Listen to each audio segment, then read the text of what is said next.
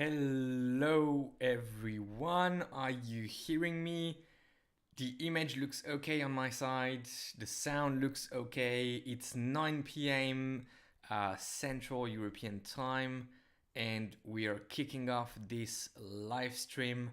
I'm not sure I can see right now how many of you are already connected here. Let's put this here. Yeah, now I see. Hey Robin, how are you? Good to see you. Okay, so all right. Good to see you, Robin. How are you? How's the training going? And by the way, why did you pass on the streak fly? You told me in the comments yesterday when I shared the streak fly release. You told me you passed on it. Why is that? I thought you would be interested in it to compare against the Takumi Sen 8. Hey Yaki, how are you? Good to see you here. Andy is here. Good to see you. What is the Milrose Games? I'm sorry, I don't know what's that about. But Andy, let me know. I'm gonna learn something that's great. So much commercials. Okay, I'm sorry for that. Jan Paul, watching from Peru. Okay, wow, that's what time is it in Peru? 7, 8 hours less, so 2 p.m., 3 p.m., something like that. Hi, amateur jogger. Okay, indoors athletics in New York. Okay, I didn't know. Robin is training for Hamburg. 2:41 is the goal. Hey Rob, from Limburg, not so far from here. Good to see you. That's really cool. Okay, and so in New York right now, the Milrose Games. If you want to have a split screen watching at the same time, the live stream and the Milrose Games, and of course you can pick the Milrose Games over the live stream. That's absolutely fine. Andy's sharing some fast miles, sprints, and 3,000 meters. Mary is here from the living room. Hey Mary, it's Mary,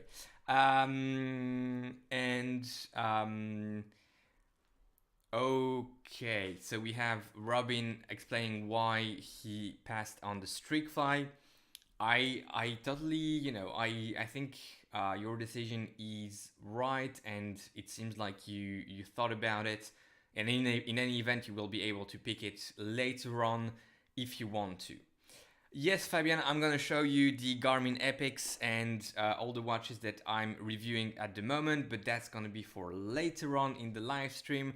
Just giving everyone some time to join, and also explaining you in a second what happened with today's video, why it didn't happen, why I have this funny little one sign behind me, and what's the meaning for that, and all that stuff in 1 second.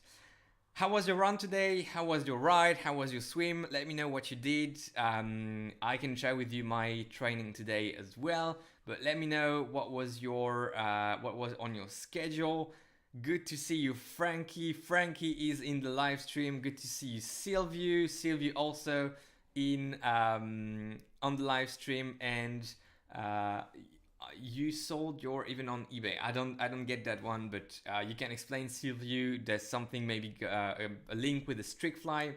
But in any event, good to see you all. I'm super happy. Some familiar faces, names, some new people in the live stream. That makes me super happy. Rob says, I tried to get the Proto colorway streak fly, but missed out like most of us, I guess. I don't know how many units were available for that. I heard, but with Nike and all those numbers, you can never be sure. I heard 150 units for the EU plus UK, Europe. But that would be a very low figure, and of course that would compromise many people's chances to get the shoe. I managed to get a pair, so I'm very happy with that.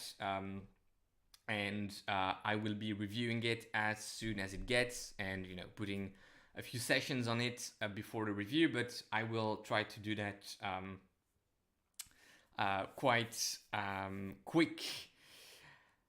All right, so let's take a look at your sessions today. Jan Paul from Peru. It was a rest day for Jan Paul, and tomorrow is long run day, Sunday long run. Sounds good. Isidro Tormo Garcia from Spain. Hi. So strict fly compared to the Vaporfly in terms of momentum and comfort. You know, I haven't tried the strict fly. I just put the Vaporfly here because I get the new colorway, so I just wanted to make a nice setting backdrop. But you know, I think the momentum will still be better on the Vaporfly. It's a plated shoe, higher stack, and it will still be a very good shoe for 5K, 10K, half marathon, marathon.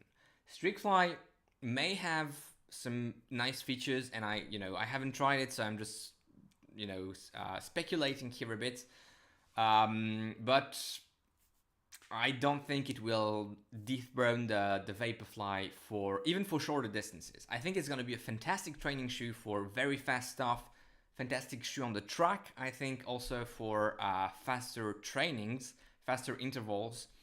I'm not sure it's going to be a direct competitor against the Vaporfly, even for 10K, maybe 5K. Let's see. I'm really eager to find out, just like you all.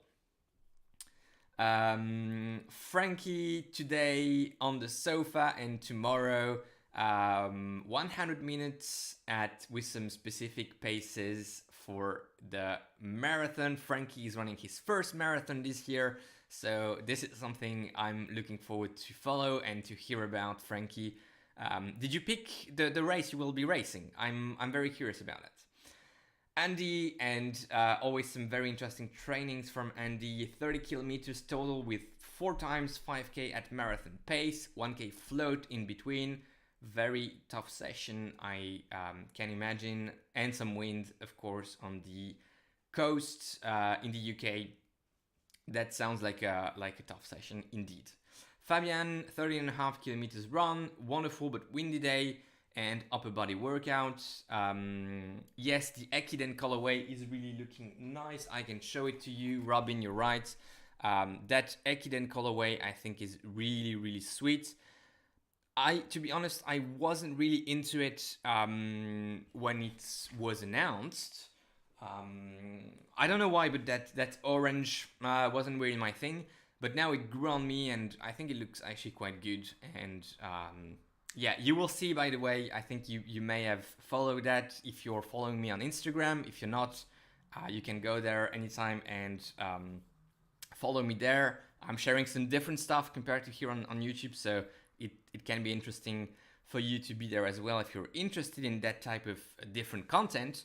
But I was last weekend in Paris shooting for Top for Running with that shoe, the Vaporfly Ekiden colorway, and the video that was produced by Top for Running will release sometimes next week, so stay tuned for that. Amateur jogger, tomorrow, long run, very good.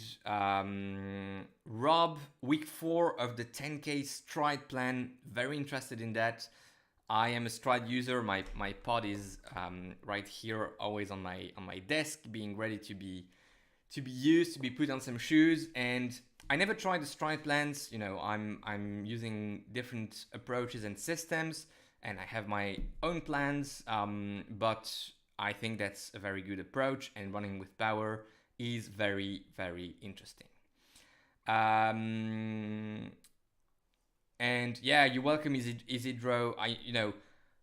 Stay tuned for the review. I will try to have the review and then a comparison, direct comparison against the Vaporfly, direct comparison against the Takumi Sen 8. So that was just, my speculation about how the Strict Fly will be. Yeah, the Strict Fly, okay, sold out, yeah.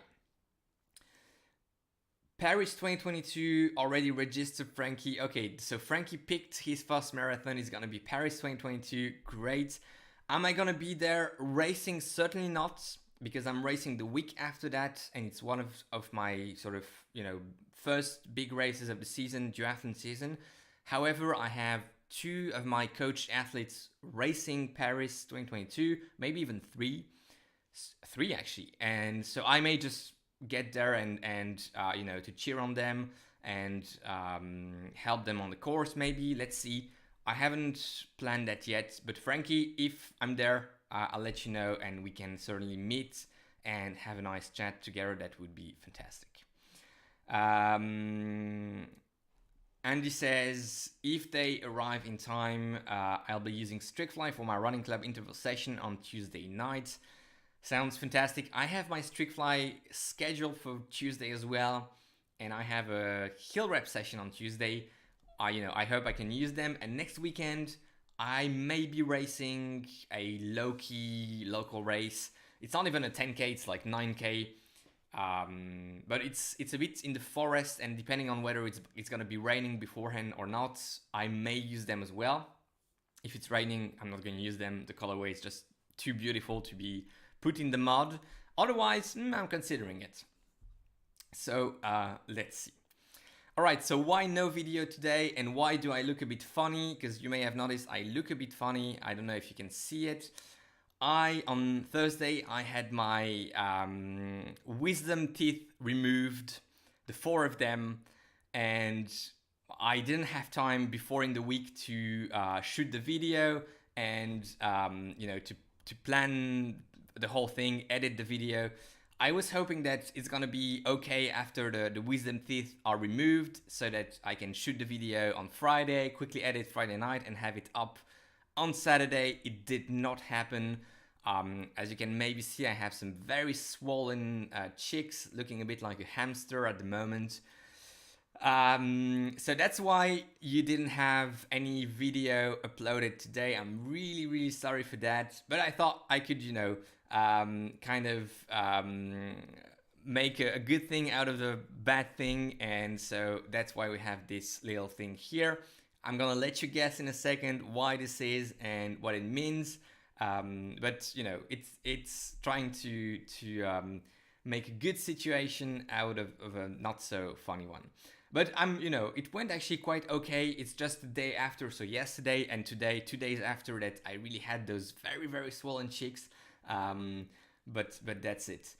Frankie says that I look funny all the time. Thank you, Frankie. I take that as a compliment. Andy, I saw this and I think I know. You're a fast thinker, Andy. I can feel it. But let's come back to that in a second. Did you get any of you here watching? Did you get your wisdom teeth removed? Any bad, good memories of that? Happy to hear, and especially let me know when I will be able to eat properly. That's my biggest concern at the moment. I'm an athlete, I'm a runner, I'm a cyclist, I'm doing lots of sports, but I also like to enjoy proper meals. And at the moment, with my wisdom teeth being removed and the whole mouth situation being a bit funny, I cannot really enjoy all of that. So if you have any prior experience, I know it's not running related, but I'm happy to hear from you in the comments. All right, before going into the one here, I'm just going to show you very quickly. So I received from Garmin the Garmin Epix, which is their very recently released new high-end watch. And I just wanted to show you, I have it now for 2 days. I just wanted to show you how incredible the screen is. I hope the camera here, the webcam, is gonna pick that up and you will be able to see it. Of course, there will be a full review on the channel for that in a couple of weeks. But okay, I'm just gonna show you how cool it is and how it looks. I'm not gonna use the touch screen so you can see what's actually going on the screen, but here you go. So it's a AMOLED screen, and yeah, let me just hold it like this. Look at I don't know if you can see, does it pick it up nicely here? I don't know if it works actually, but Trust me, that screen looks really, really good. Okay, I'm gonna go down. It's super bright. The blacks are very, very, very deep, and I don't think you can see anything right now at the moment here on my. No, it's just not focusing here. Is it focusing here? No. Why is that? Oh, here it works a bit better, it seems. I'm just, it's, yeah, I don't know. Um, I don't know if you can see. Are you reading it? Okay, so I'm seeing Fabian and Andy saying that you can read it at the moment, um, but I just cannot see the, it's super easy to read, like really super easy to read. I don't know what you're seeing at the moment. Is it the sleep? I'm happy to share whatever metric is there, so no issue. But the display is just, I mean, there's nothing wrong with the display of, for instance, the Coros Vertix 2. It's fine, you can see it, but it's a very regular display like you have on pretty much all the sports watches. And here the Epix is just next level. The brightness, the readability. I'm impressed. I must say I'm impressed. The price point is super scary, and I'm grateful to being able to review it.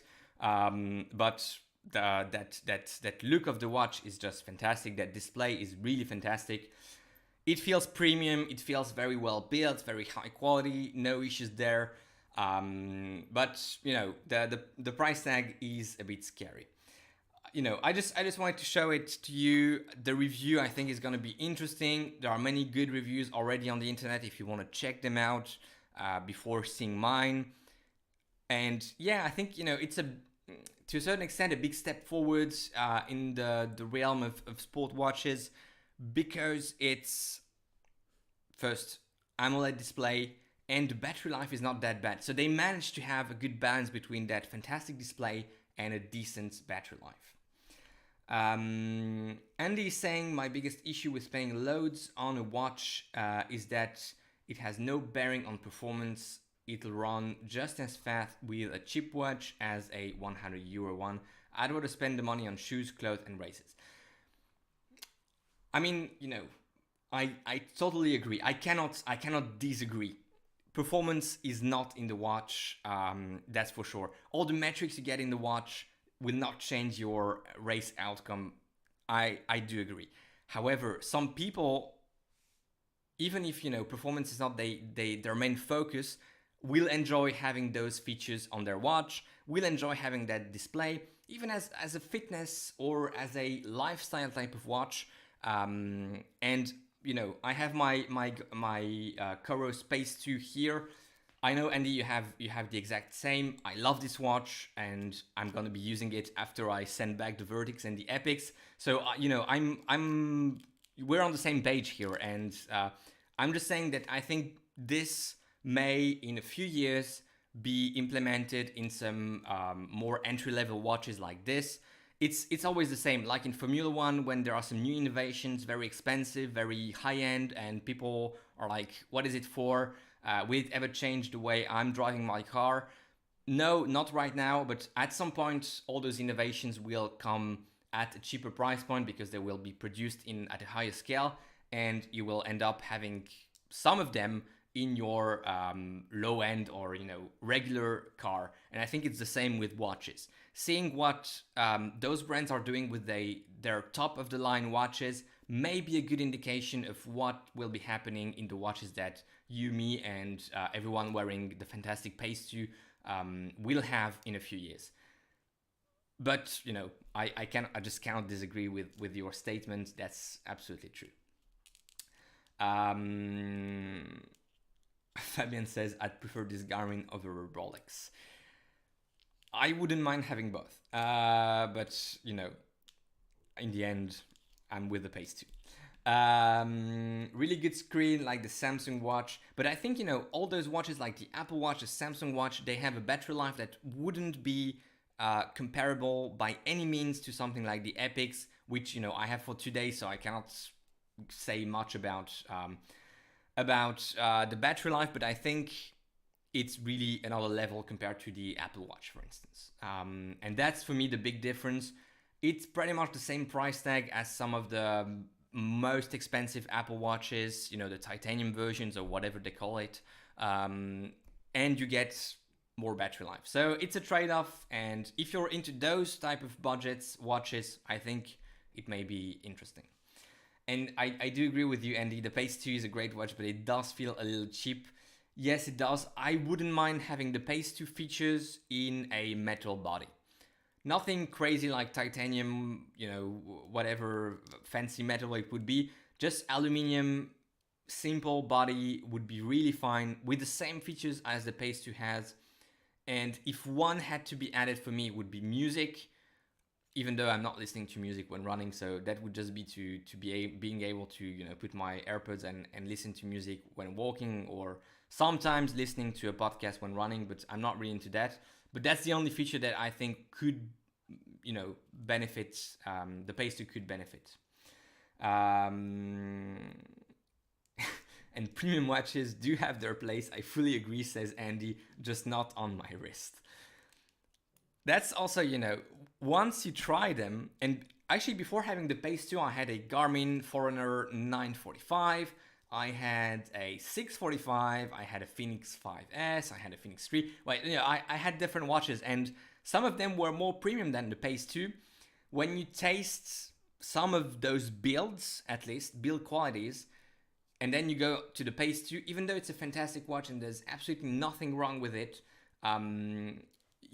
you know, you kind of miss those higher build qualities. And that's maybe one thing that, you know, once you try them, and once you try that screen, going back to this screen is okay for running, but you're like, I like that nice screen.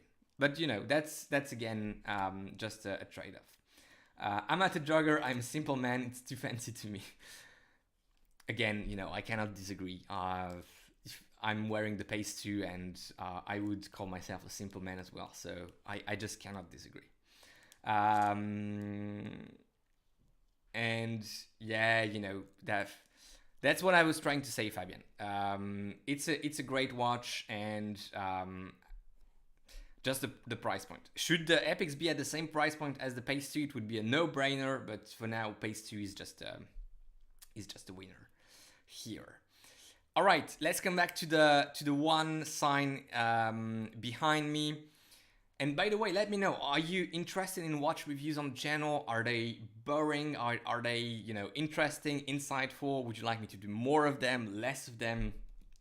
I'm actually happy to review watches because I think they're a part of the modern runners' equipment. And I think they have their place here on this channel dedicated to running, endurance sports more broadly. But you're the audience, you're the community, and your opinion is highly, highly valued. So let me know if I should keep on doing the watch reviews, or, you know, do them but less often than I don't know. Actually, the Vertex is only the second watch review on the channel. Now we'll have the Epics, maybe some battles, so a bit more of them moving forward. But also, there's just as many reviews as watch releases and as companies are kind enough to send to me. So there won't be that many, but I'm listening to you a lot. And if you have other suggestions for reviews, for videos, not revealing anything tonight, but big projects, big developments for the channel coming up soon. But if you have suggestions, despite me already having some big ideas, projects in the build, let me know. Ooh, so Frankie says yes, thank you, Frankie. Watch reviews are always interesting, maybe more as a grip review for comparison every 6 months or so when they release. I would like to do that. The thing is, I won't be buying all those watches, certainly not. And so I can only have them for the time the brands are sending them to me for my review, and then I need to send them back. So having all those watches at the same time all together to do the group review may be a bit tricky. Fabian, thank you very, very much. Thank you very much. we love all your running related reviews. Fabian, thank you. If you have suggestions, Fabian, I'm listening to you as well. And thanks a lot for the super chat. I really do appreciate it. And that's actually a good segue. I was gonna mention it. I had an issue with my camera, so that's not the reason why today you didn't have a video upload at all. It's really my wisdom teeth removal. But I had an issue with it. I will try to see what I can do. But I think this is also the good time for me to upload. What am I saying? To upgrade my camera kit and have something a bit more professional to try to provide you with the best content. So Fabian, that super chat is going directly in the pool of money I'm trying to put together to upgrade my camera kits and a bit change here the pain cave. So thank you very much, Fabian. Fabius, hi Fabius. I think it's the first time I'm seeing you here in a live stream. So thank you very much for joining. Jean Paul, how long you've been running? It's been now. So how long I've been running? It's a tricky question. I would say 13 years, 14 years maybe. But my first like big race was a marathon in Paris in 2010 or 11. I think it's 2010. 2010, I'm sure. I was quite young and stupid, but it was my first race. I loved it like crazy, and since then it hasn't been always a smooth journey, and it hasn't always been a journey of improvements and progression. I switched for some time to cycling, only cycling when I was like 18, 19. Actually becoming quite competitive and good at it. So, and when I was cycling at a very good level, I wasn't running at all. And then university, I wasn't training high level at all. And after university, I started training again, running and cycling at the same time, and swimming as well for triathlon, and only racing duathlon, so not racing triathlon, not swimming competitively, but still swimming to try and improve, and just for the pleasure of it. So that's how it went. But thanks for the question. It's been a long journey, and I'm happy now to have this channel sharing all of it. But again, so many different stories, so many different experiences in running, and my story is very different to most stories out there. Starting running long distance quite young, and turning to cycling, turning to duathlon, and now trying to do my best to yeah. And Frankie, I see your comment. Yes, my name was Michael during my first marathon. That's actually a funny story. So long story short, but it's a funny one, so I think you may enjoy it. When you're 16, at least when I was 16, because I was 16 years old 12 years ago or 11 years ago, I wasn't allowed to register for the marathon. And because I was 16 and I was young, right? I didn't plan on running the marathon, 3 weeks even before the marathon. I hadn't planned to run it. So I wasn't allowed to register on the website, and I wasn't allowed to go at the expo, the marathon expo, and buy a bib from someone because I was below 18. Although my parents were allowed me to run it, and they were happy with it. So I went on eBay, or the sort of French Craigslist, and I bought a second-hand bib number. And so indeed on my bib number, there's a picture of that on my Instagram. But I may do a video about that, because that could be a fun story. There's Michael written on my bib number, and I struck it through, and I wrote Alex close to it. But indeed, so my first bib number and my first race result in a marathon, I raced before that in other races, shorter distances. But my first big race result is with someone else's name, although it's clearly me on the pictures, and I will share those pictures. I think you may enjoy them.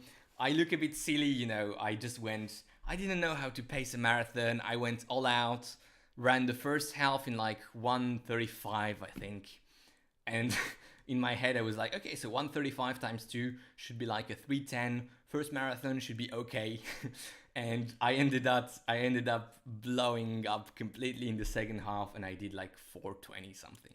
That was my first marathon. I couldn't walk after that for a whole week. Basically, I was just the kitchen in my parents' house and my room were like, I don't know, maybe 10 meters apart, and it took me, I'm not lying, maybe close to an hour to do that, to cover that distance, because I was unprepared. I probably had some micro broken stuff in my bones, you know uh, so I think it was clearly a mistake doing that, being 16 years old. My parents are not into running at all. They're not into endurance sports, and they just let me do it because I loved running. I loved doing some races, but I was doing like 3,000 meters, 5,000 meters, and I told them I want to do the marathon. They were like, okay, whatever. If you want to do it, that's cool. And yeah, I really thank them for allowing me to do it, but I wouldn't probably recommend anyone to do a marathon without a proper marathon training. Being 16 years old, that's just silly. And yeah, but now you have the full story. I may do a video someday on that, comparing my first marathon to the last one, which is actually quite a long time ago as well. But the of course the difference is just massive. Brandon Cam, hi Brandon, good to see you. Brandon has a YouTube channel, go check it out. Great story, keep up the fantastic work. Thank you very much, Brandon, and the same goes for you. Keep it up. No, I didn't steal a bib number. I didn't steal a bib number. I just bought it secondhand.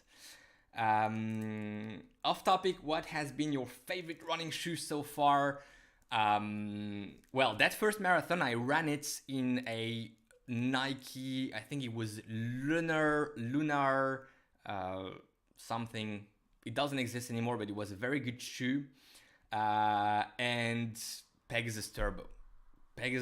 Turbo, I think I had 7-8 pairs of it, and I really loved it. Bib Bandit. Yes, that could be a good t-shirt. We should do it, Andy. Bib Bandit. Sounds good. How do you think the Streakfly will compare to the Rebel V2? Benny, I hope it's gonna be much more, less plush and much more responsive, because my experience with the Rebel V2 wasn't amazing. So I just hope it's gonna be a bit stiffer, less plush, and more responsiveness, more agility, I would say. I hope that.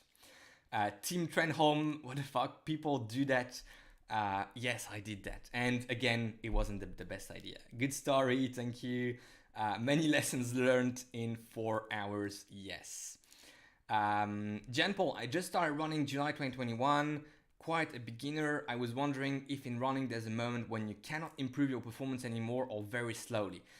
The improvement curve for anyone, and that goes for, elite athletes back when they were improving at the very beginning, and for me, for you, for anyone, goes like very steep at the beginning, very fast, and then it slows down a bit, then you plateau a bit, then it goes up again a bit, you plateau a bit, you go down a bit, because you cannot improve all the time. You need to you need also to get worse in some way. You need to recover, you need to have some off season, Jan Paul, but you will see all of that in due time. But you can always improve. I think that's the end of the story. You can always improve. Eliud Kipchoge is improving, but at a very, very slow pace. The beginning of your running journey, of course, the improvements are way faster and you see more of them, of course. But I think that's pretty much the case for not all sports, but endurance sports. You improve your aerobic engine very quickly at the beginning, even in a training cycle, like 3 months training cycle, the improvements are way faster in the first month and then a bit slower in the end. I hope that helps you, Jan Paul. Which shoes for your first marathon? Stress fractures. I didn't have stress fractures, at least I don't think so, but I clearly had some niggles, and many of them, and maybe some micro fractures in my bones, like those fractures that repair in a few days, not proper stress fractures. Which shoes? I had some Nike Lunar. I I don't want to call them Lunar Glide or Lunar Racer. I had these after, but a few years after. I think these were Lunar something, but you know what? This could be a fun game. I'm gonna share the pictures of me running my first marathon somewhere in my social media, and maybe you had those shoes, and you can also let me know what they were. Back then, I was 16 years old. I wasn't a shoe geek at all, or very less so compared to today. So I don't remember the exact shoe model. And those shoes, I don't have them anymore. I kept them for like a couple of years after that marathon, but then I had other shoes, of course. Your first merch item may be a t-shirt, a bib bandit. Should be cool. I'll buy one of them for sure. Bib bandit. I'm putting right now a copyright on that. Thank you, Andy. We may have to share the royalties together for that bib bandit copyright, but I like it.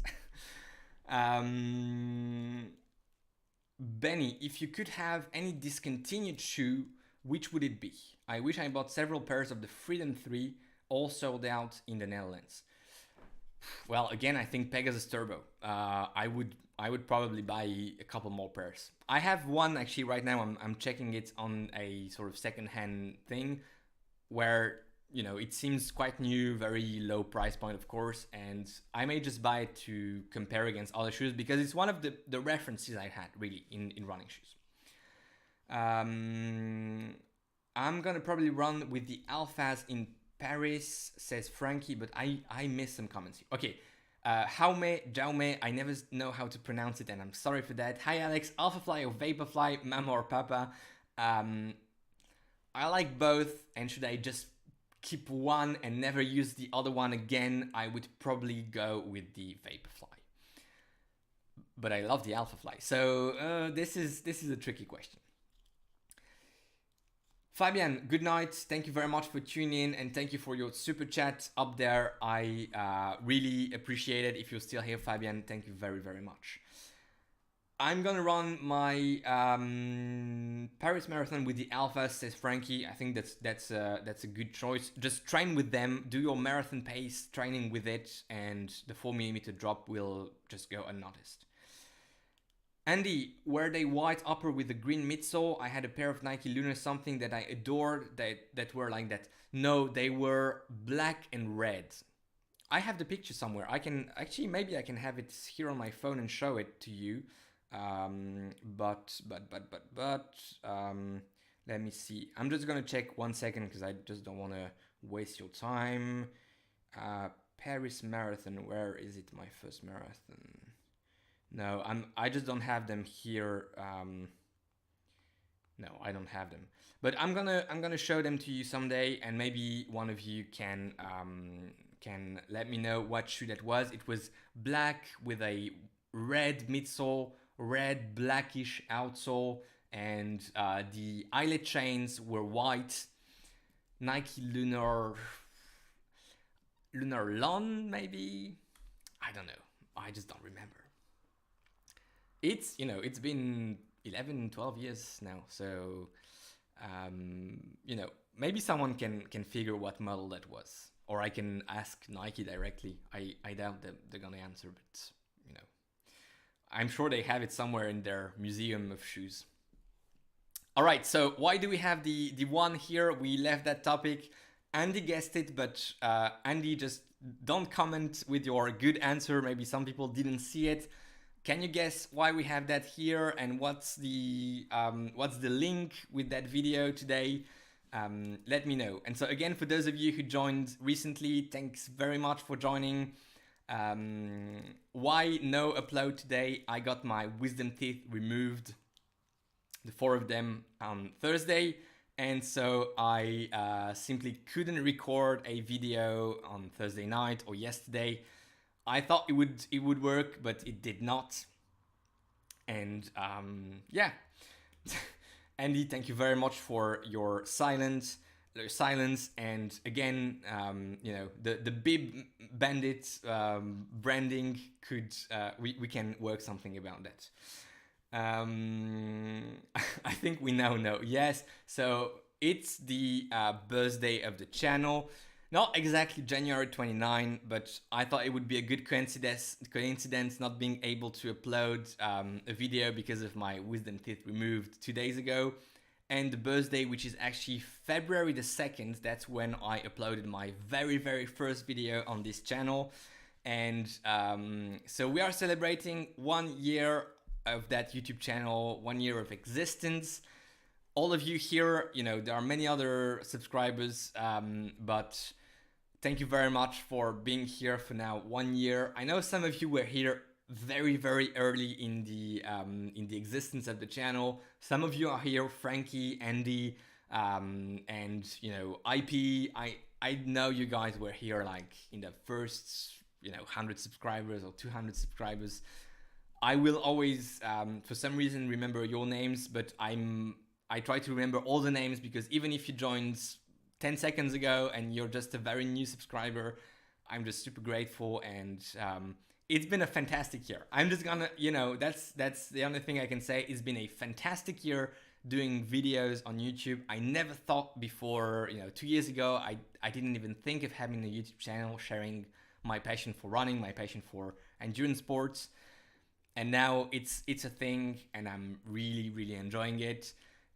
I don't want to tease something that may not be the reality, but as I see it, it's just the very beginning of a fantastic journey that's gonna last 10, 15 more years like this, even more, who knows? But I'm here for the long game. I think you know it, and this first year is just the very beginning of that story. So thanks a lot for having joined us in this first year.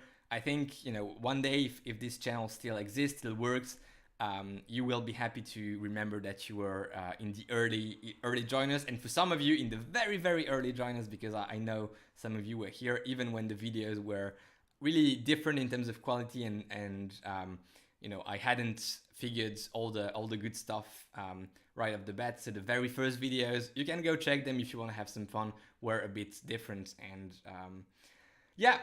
Thank you very much for your congratulations, Amateur Jogger, Benny, Frankie, Andy, saying it's been a great journey so far. Looking forward to where it leads. I'm looking forward as well. I know a bit more because, of course, I'm in charge, but I hope you will enjoy that. Gian Paul, I've discovered your channel last week, okay, because of Addy Zero shoe reviews. I think I saw your comment, Gian Paul. Keep up the very good work. Thank you very much. So yeah, first anniversary of the channel. It's not a huge celebration, huge party, and it's just a live stream, but I think that's the best way, just to share with all of you how happy I am about all of this. And thank you very much for tuning in for that. I'm just gonna drink a bit. If you want to discuss another topic, we covered some watch topic at the beginning for those of you who just joined. We discussed the Alpha Fly Ekiden just a bit, the shooting in Paris with Top for Running. My first marathon, we had that topic as well, unplanned but very fun. Some merch ideas about Bib Bandit, very cool. If you want to touch upon another topic, I'm here for that. I'm just gonna drink a bit.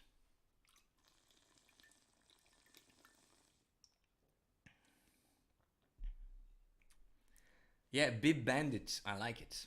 It could be a nice t-shirt like Bib Bandit. Merch is something, I must be honest, I haven't really thought about for now. It may come down the road, but for now, it's not a thing. Some other priorities in the growth of the channel, in the growth of the whole business, and merch may arrive later on. It's not in the schedule, in the agenda for this year. I'm gonna say it like this. It may happen second half of this year, but for the moment it's not a thing. And I prefer to invest in the quality of the channel, trying now to buy a different camera, and sort of high-end one, to being able to keep it a bit longer, and to produce more quality videos, and then maybe investing my time in producing some merch. That's how I see it. But let me know if you would like some merch. I can speed up the process. Alex asks, as is, what about adding swimming to the mix and switching to triathlon in 2022? As is, it's not that I don't want to switch to triathlon. I'm still, uh, I think I have a decent level in swimming, but I won't be competitive with the elites in triathlon. That's never gonna happen. I don't like to say never. It's not likely that it's gonna happen. I like duathlon because it's the two sports that I prefer out of the three sports of triathlon. Cycling and running are the two I really love. And I have a slight chance to be competitive against the elites, maybe claiming my pro license this year, next year. That's my sort of silly dream. There's no reason to do it, apart from competing with the elite, being ranked in the elite rankings, and just having fun calling myself a pro for like a season, because then I would just become an amateur again, and that's where I belong. But that's the only sport where I can actually try to do it. In triathlon, there's no chance for it to happen in this current setting with a full-time job, full-time media business on YouTube, a full-time coaching business. So that's a lot of things plus training. In this setup, just impossible to add swimming and being competitive. Should I ditch my full-time job someday? Maybe I can try to swim again and perform in triathlon, but now in this current setting, I don't see it happening. Jalu, great channel and videos. Stay yourself. That's the plan. What shoes would you recommend for Ironman Marathon for MOP? Merci.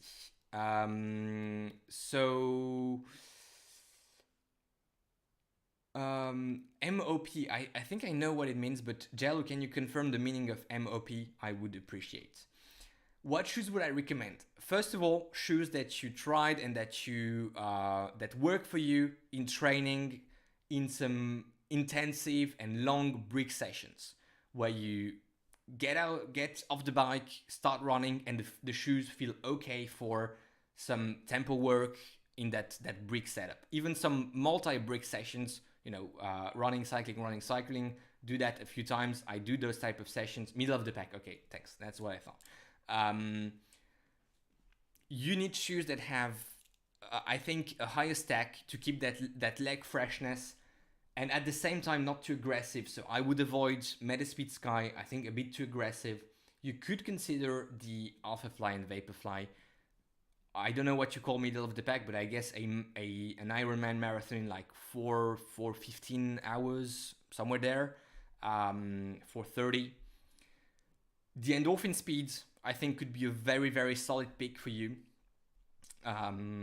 You would keep that leg freshness and still have a bit of energy, extra energy return. And yeah, that's what I would consider.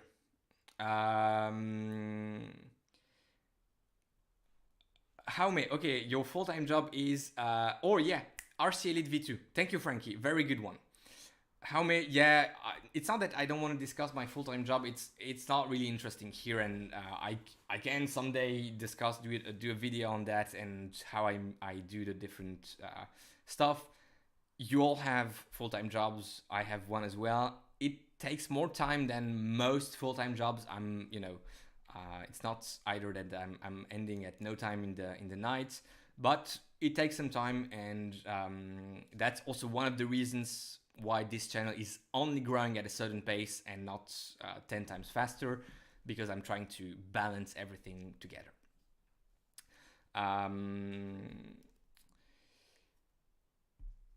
Triathlon seems to be the home of the Alphafly. It's the only place they seem to be on the feet of pros.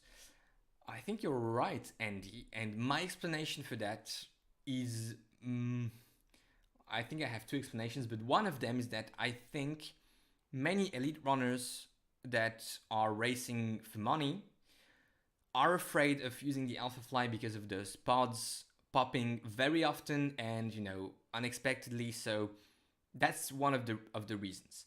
In triathlon, if you're an elite runner and you have an issue with your shoes, you can still have an aid station, someone helping you. There are some rules, but it's less strict. And so you may be able to finish your race. And also the gaps between people in the running in long distance triathlon are like a few minutes, except some very close races that have two people racing together at the front of the race and they have a few seconds difference. But otherwise, you have 10 minutes difference between the second and the third, 8 minutes between the third and the fourth. So if you have that pod popping in the Alpha Fly, either you can change it or you can still manage to not being caught by the guy behind you. And that's one of the reasons I see. If you have other explanations, I'm really happy to read them. ASICS Nusa Tri is I wouldn't recommend it for Ironman, simply because you don't have that leg protection, that leg freshness coming out of it. But it's a good shoe. If you like something a bit firmer, it could be an idea. But it wouldn't be my first pick. How many kilometers do you think are necessary to do with a shoe before racing a marathon on it? I would say at least 30K, and that's really the minimum amount. More than, let's say, 150 would be wasting some of the shoe energy return properties, and that would be a bummer because you want to have them and keep them for the race day.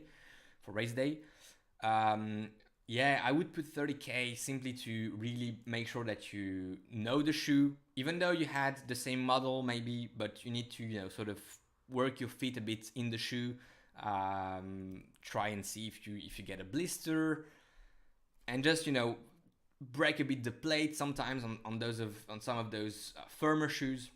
But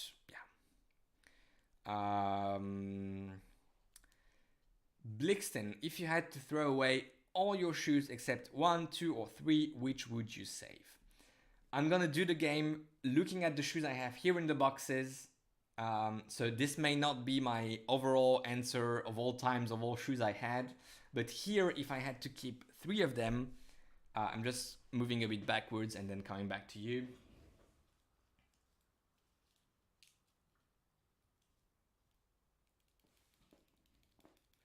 Yeah, so now in the shoes I have here, if I had to keep 3 of them, it would be the Nova Blast 2, the Vomero 16 Big Crush with this shoe, and the Adios 6. That's here in the shoes I have in the boxes at the moment. As you know, I'm changing locations and I'm switching just to look at different shoes in the boxes I have here in the Pain Cave, but that would be the 3 now that I would keep. Of all times, all the shoes I tried, this is a much more trickier question, so it may require some more thinking. But here, that's the 3 I would keep in the boxes at the moment that I'm using on a regular basis. And if I had to choose one non-plated shoe for racing, 10K and marathon, what would you choose? Non-plated, 10K, Adios 6, no doubt. And marathon, non-plated, that's a good question.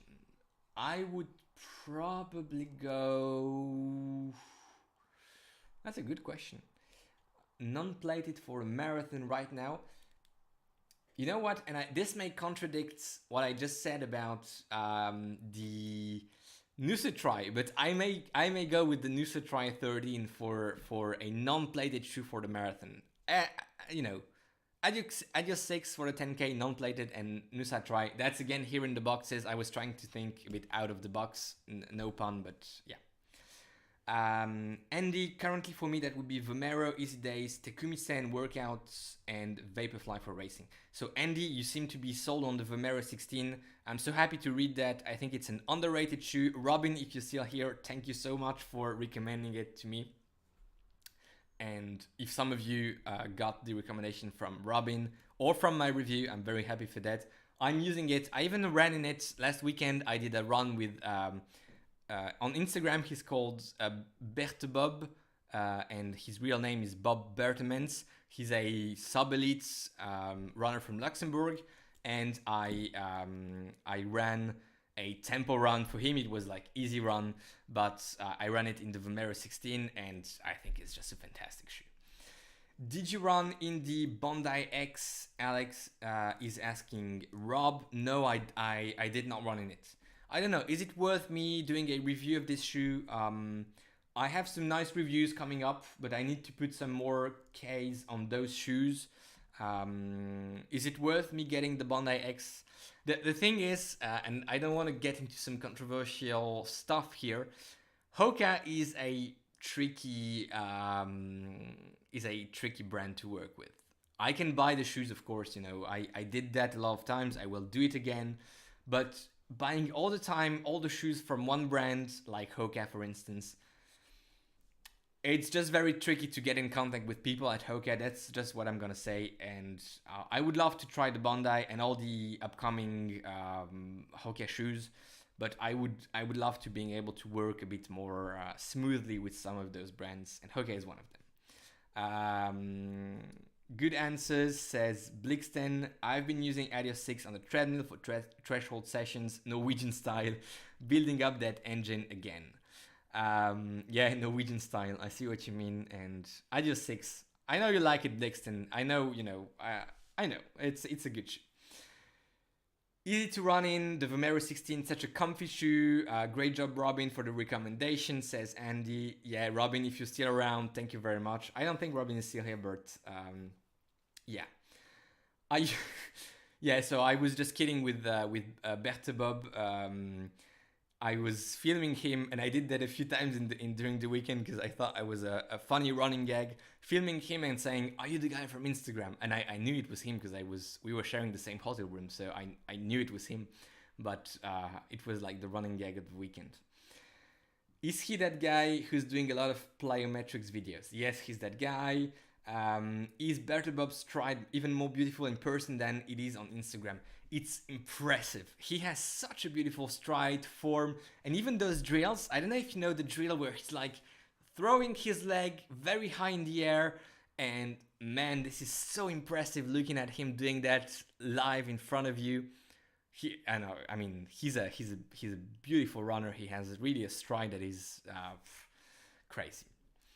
And he has that special stride where the back of the leg goes very high back, and we had a discussion about that. He's very conscious about all he does of course in his stride, in his training. He's a fascinating person. I don't want to spoil, and I don't want to talk for him, but I hope we're gonna have him on the channel for a review, for some fun content, because he's really a cool guy. We're the same age, and we really shared some good time in Paris. So yeah, I hope we're gonna have him on the channel. I think it would be really cool for all of you and for me as well to have him in Brussels. Go to visit him in Luxembourg. It's only like a 2.5 hours drive to go to his place. So we may do a review together. I think that would be really cool. I don't know, a review maybe not, but it depends on him as well, and on whether we can have the same shoe at the same time, but maybe a video together would be nice. Blixten, that's cool. Let's give Alex some credit for his stride. You look great as well. I think I put some pressure on myself last weekend to have a nicer stride than I usually have, simply because of Bob being in the surroundings and looking at me. So I was trying, to impress him as well. But you will see the video. The video is coming out on Top for Running, social media, YouTube, Instagram next week, I believe. It was supposed to be this weekend, but the guys are really busy doing the editing. It's a race in Paris, and I'm actually racing against Berthe Bob. We don't have the same level in running at all. He's a sub 30-minute guy, and so the race was virtual, but it was fun doing actual some shooting and trying to race him. He's a fast guy. He's really a fast guy. Having a high heel kick is key for aesthetic stride. Yeah, I think that gives you that more, airy type of stride. I do agree. All right, and Frankie, I think this is gonna be the last one I'm reading, and then we'll wrap up. I have the Adios 6, and I love them for my speed short workouts, like stride, firm, stable, grippy, and fast. Exactly. I like to feel the ground, not that much as the Adios 5, but really good shoes. I do prefer Adios 6. I think it's a fantastic shoe. All right, guys. Thank you very much for joining me for tonight's live stream. It's the 1 year celebration of the channel. I like to say it, but I mean it. It's just the beginning of this journey. You're a part of it, and I'm really, really thankful for that. I'm really looking forward to see what's coming up next on the channel, and I hope you are as well. Thank you very much again for joining. Enjoy your run today. Maybe for some of you in the US or America or Peru for Jan Pal. Enjoy your rides. Go beyond your limits if you're racing tomorrow, or if you're just doing a long run, that's also going beyond your limits. And take care. I'll see you on Tuesday for another video. This one, I'm gonna be able to shoot it. Hopefully either my camera is repaired or I have a new one. We'll see. And yeah, take care, guys. Bye-bye.